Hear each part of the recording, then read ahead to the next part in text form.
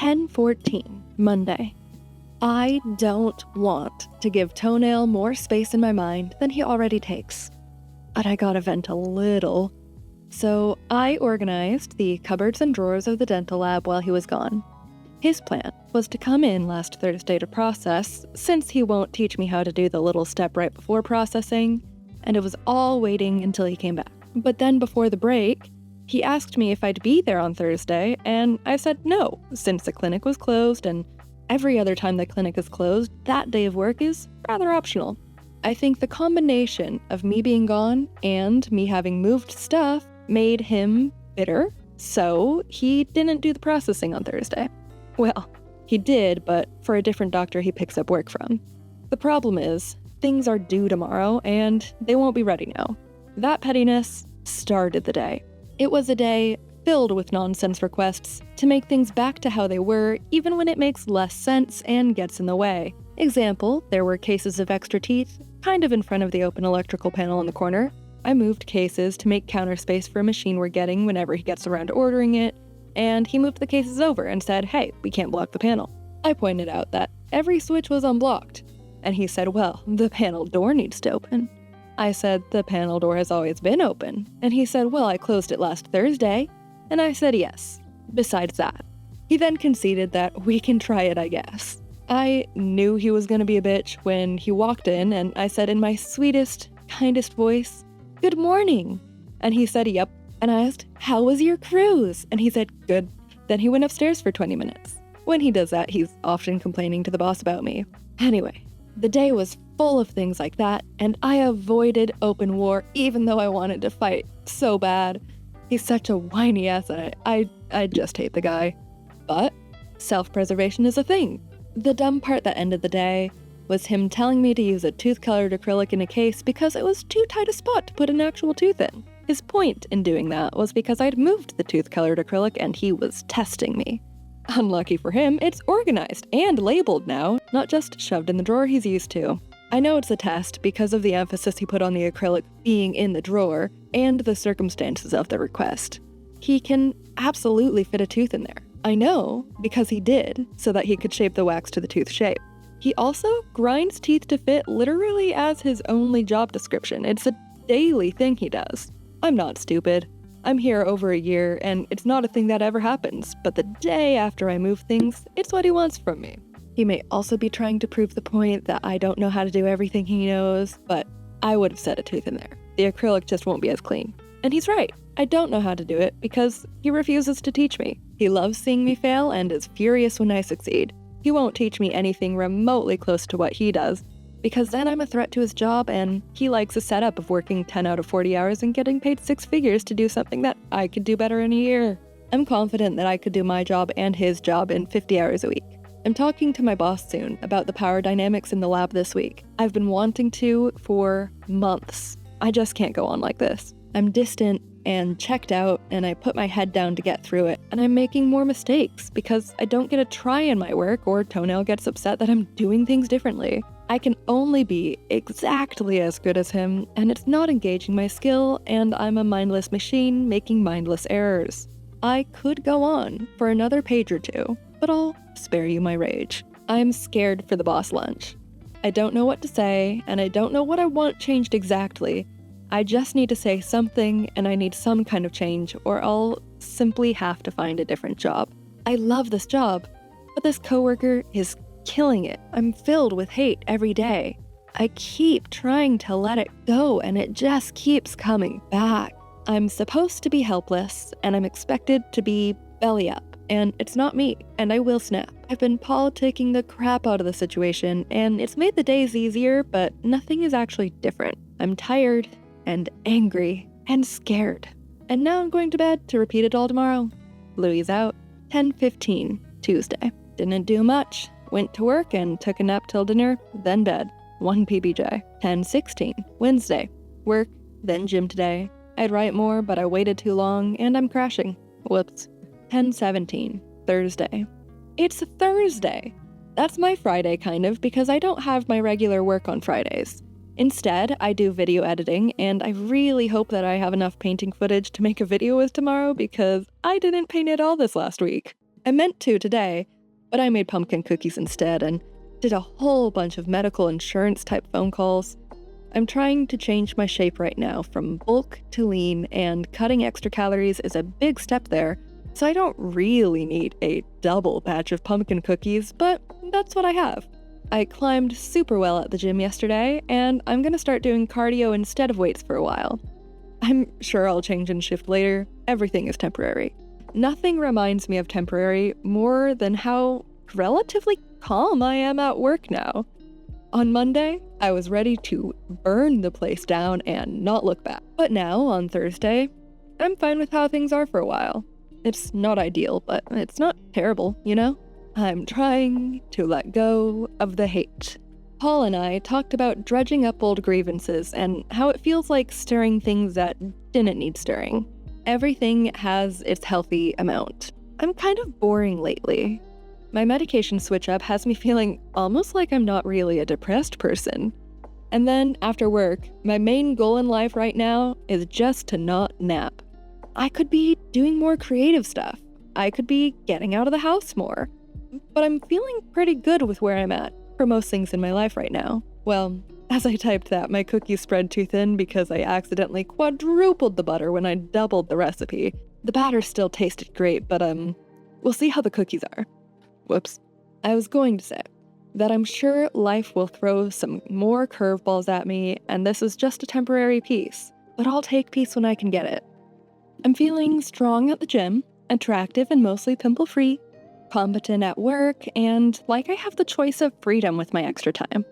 Still not sure to fill it in a way that's not as time-wasting as a nap, but not as productive as remodeling the house. I need rest, but not literal sleep. All my hobbies take so much energy to do. Anyway, all this to say there's ebbs and flows, and I feel a little guilty for being so boring. My book is amazing. Prodigal Summer by Barbara Kingsolver. It's got a fair amount of sex, and it's the closest thing to smut that I've read outside of YA fantasy trilogies. Editing Julia would like to point out the irony here, because the next book I read, purely chosen based off which hold at the library becomes available first, is a smutty YA fantasy, book 1 of probably 3. 10/18, Friday. Alright, so I already really think I moralized the crap out of that last entry. I'm stable, and therefore I'm wise. Nah, fam. I can still talk about how bad a snake mom I am. Verdi is still hungry after he ate yesterday, and that means I'm going too long between feedings. I could talk about my amazing book, and how it stirs up the desire to go be a world traveler all on my own, or how Chapel Roan's music makes me feel like I should have only ever acted on my queerest desires. Or how I'm doing sewing projects right now to make some artsy pants. I've made them bigger because they don't fit me now, and I've never even worn them while they were completed. Or maybe how my kitchen table is just miniatures that neither of us want to paint, but neither of us want to commit to putting away. Maybe how I don't want to oil paint, even though it's my supposed passion. Maybe how the weather is getting dark and rainy, and I love it, but I'm worried for another sunless winter for my mental health. There's a lot of flavor to life, even in mental stability, and I'm drowning my writing in flour. I've got the nutmeg to mention too. I baked pumpkin cookies yesterday, can you tell? I'm just worried about letting my habitual writing get boring. Boring is relatable, but it's not satisfying to relate to. The rest of the day, I edited the video, climbed, had a quesadilla, and watched Hellraiser. Louise out. 10/20, Sunday. I have been letting myself get out of practice writing daily. I can kind of make a journal entry the day after, but the more I do that, the less interesting detail I include. Yesterday, I didn't even feel like I was forgetting anything. So far today, I had pancakes and started painting. I painted for about 8 hours yesterday, and I didn't want to do that, and I don't want to paint today. I hate finishing paintings lately. I've always enjoyed starting a project more than finishing it, but especially right now, when my paintings just sit in my studio, finishing them just makes me sad. All that work for nothing. It's not for nothing. I know I've got the talent and endurance and enough good ideas to be successful, and there will come a day when I'll wish that I had more paintings piled up, but that day is just not today. I started A Court of Thorns and Roses, and YA is just not my genre. I think especially as an audiobook, it all comes off as too forced, self-involved, and short-sighted. Everything is an extreme, and happiness is illegal. I guess that's being a teenager. Well, I know that's being a teenager. I didn't ever love YA as a genre, though. As a kid, I loved Harry Potter and Hunger Games, and I read a few James Patterson books, but even in 5th grade, I considered them fluff books, full of stuffing and nothing real. When I was 21 or 2, I read another trilogy, The Red Queen or something like that, to be able to talk with my friend about them. I got into them for a moment, but that was reading it physically. Audiobook narrators just do disservice to the overly dramatic style by making it worse. I knew I was going to starve this winter if I didn't see a deer right then. I don't know. It's popular, and my friend recommended it, so I'll give it at least half the book before putting it down, and maybe I'll be eating my words by then. Book starts are hard. I am certainly feeling a lot of better than thou feelings when I talk about how I'm above liking young adult fiction. But even past that haughtiness, I just don't like the genre as a genre, and the books I do like in that category are exceptions. I read Harry Potter in 3rd grade, by the way, and Hunger Games before it was a movie. Never read Twilight. Whatever. I'm being uppity. Everyone likes different things, and I'd rather the world read Twilight than scroll TikTok. I will stay uppity on that front, thank you very much. I'm stalling, back to painting. Okay, so I went back and painted for 3 hours and then had date time with Paul. This book has not gotten better. I'm now an 1/8 of the way through and it's mildly worse. Every word choice is tinged with horniness, and the plot is so shoved down your throat. So far, the main character has a real victim complex, and her only traits are the absence of certain things like anger and courage. Really not seeing anything special here yet. In fact, reading bad YA is making me want to write that book I never got around to, just to prove it's not that hard to write better than this. It probably is, though. I haven't published shit. Paul and I went to a pumpkin patch, but they charged $15 a person just to get in, and then you paid for the pumpkins too, so we went to a different one that was like a mom-and-pop diner for pumpkin patches. I picked a massive one, and he picked 3 little ones, and we made a team carving of a monster pumpkin eating the others. They turned out great, and carving was pretty easy. I got good tools, and these pumpkins gutted easier than any I've ever carved. We tried walking around the nature preserve by us too, but a quarter of the way through, the rain thickened and the dark clouds enveloped us, so we ran back to the car and got soaked.